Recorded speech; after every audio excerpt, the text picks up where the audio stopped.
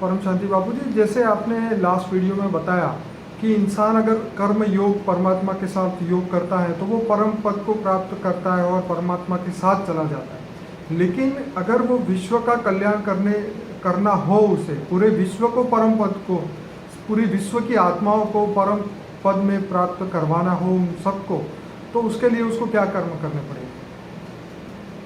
देखो, सारे दुनिया को परिवर्तन करके, सारी दुनिया की आत्माओं को परिवर्तन करके अगर वो आत्मा से परमात्मा सभी आत्माओं को बनाना चाहता है, तो पहली बात है तो सभी आत्माओं को परिवर्तन करने के लिए उसको ज्ञान चाहिए। क्या गीता में जो ज्ञान बताया वो निष्काम कर्म पर तुम परम पद को पाओगे। क्या बोला? वो तो बराबर है, आपने वो सर्व बोल दिया। धर्म परित्यज्य मामेकम शरणम मत। तो जो मुझे याद करता है तो मेरे पास आता है, वो तो एक आत्मा की वो बात आपने होगी। बता दिया पिछले वीडियो में, मगर अभी इसमें बता- सारी दुनिया की आत्माओं को वो परिवर्तन करना चाहता है, सारे जगत की आत्माओं को परिवर्तन करना चाहता है। सारी जो आत्माओं में नेगेटिविटी है वो नेगेटिव से पॉजिटिव परिवर्तन करना चाहता है। तो वो कैसे करेगा? वो कर सकता है। और उसको क्या मिलेगा? तो जो जिस आत्मा सारी सृष्टि की आत्माओं को परिवर्तन करके पॉजिटिव परिवर्तन करता है, सृष्टि को परिवर्तन करता है, नेगेटिव से पॉजिटिव वो करता कैसे है, करेगा आपने बताया? उसके पास पावर आएगा ना। वो भी पावर तो ऑलमाइटी अथॉरिटी से रहेगा ना, मगर उसका लक्ष्य बदल गया ना। उसने क्या सोचा कि मैं परम पद की जाने की बजाय दुनिया को बदल दूं। क्या सोचा उसने? अपना लक्ष्य क्या रखा?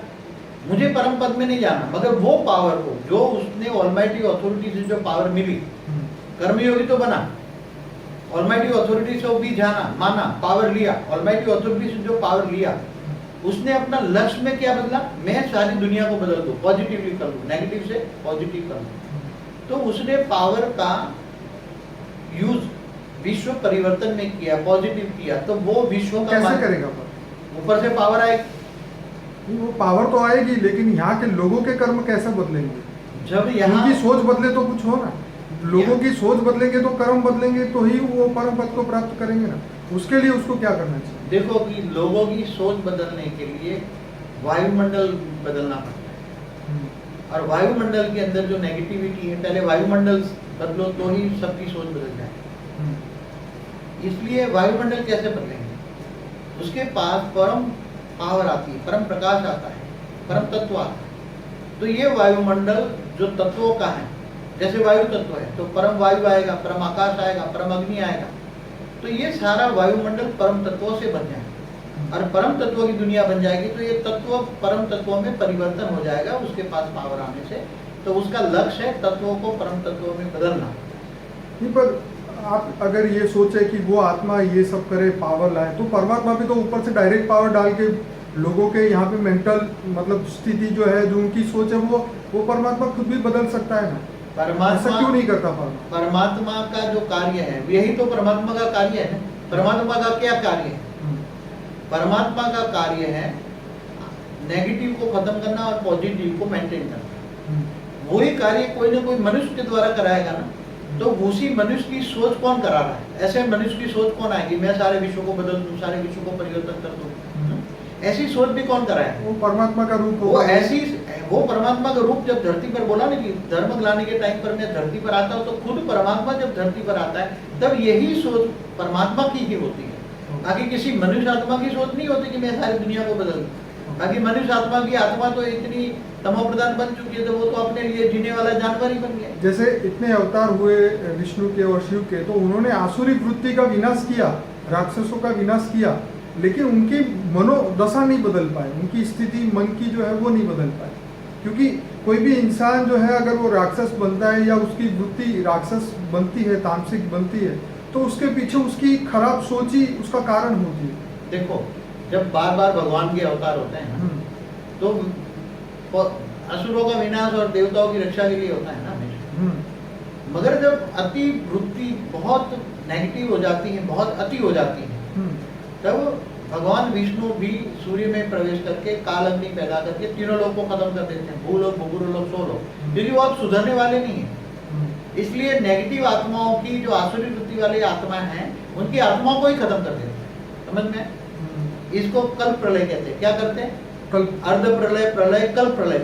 कल प्रलय में भूलोक, भूगुरुलोक और देवता, देवता भी खत्म हो जाते, क्योंकि देवता भी असुर बन जाते हैं। क्या बन जाते तो हैं? परमात्मा के पास दो रास्ते हैं। एक तो मनुष्य को ज्ञान दे के सुधारा जाए, परम पद की प्राप्ति करवाई जाए। अगर जो नहीं समझते, जो नहीं, तो फिर परमात्मा अपना अवतार बेच के फिर उसका विनाश करते हैं। यही दो रास्ते हैं। दो रास्ते होता है। देखो एक बात है, हमेशा भगवान अर्ध प्रलय कराता है। क्या कराता है? अर्ध प्रलय। अवतारों में अर्ध प्रलय होता है। जी। असुरों का विनाश और देवताओं की रक्षा होती है अर्ध प्रलय में। देवता बच जाते, असुर का विनाश होता है। फिर प्रलय होता है, सारी धरती पर प्रलय होता है। फिर उसमें भी नई दुनिया की सर्जन होता है। प्रलय में धरती पर पूरा जल प्रलय होता है। और फिर जब देवता भी मनुष्य बन जाते हैं, भूलोक, भूगुरुलोक, स्वलोक, तीनों लोग खराब हो जाते हैं। क्या? पहले भूलोक खराब हुआ था, इसलिए अर्ध प्रलय, प्रलय हुआ। क्या हुआ? 4 युग पूरा होने पर अर्ध प्रलय, फिर ऐसे 71 बार अर्ध प्रलय होने पर एक बार प्रलय होता है।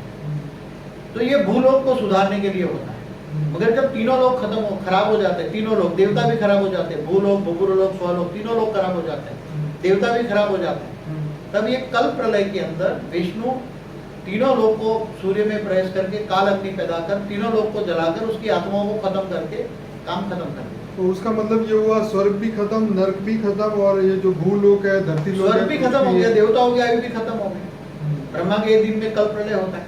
फिर जब ये पूरी ब्रह्मांड की आत्माएं, ये ब्रह्मांड की आत्माएं, जितनी भी ब्रह्मांड की आत्माएं पूरी आउट ऑफ कंट्रोल हो जाती है, सारी नेगेटिव हो जाता है, पूरा ब्रह्मांड में नेगेटिविटी फैल जाती है, तब शिव सूर्य में प्रवेश करके सूर्य के अंदर काल अग्नि पैदा करके पूरे ब्रह्मांड को, जिसको साइंस वाले ब्लैक होल कहते हैं ना, तो इतनी काल अग्नि माना समय की अग्नि, समय को समाप्त करके, काल माना समय, काल माना पावर, समय की पावर को खत्म करके शिव पूरी ब्रह्मांड को जलाकर भस्म करके अपने अंदर समा है।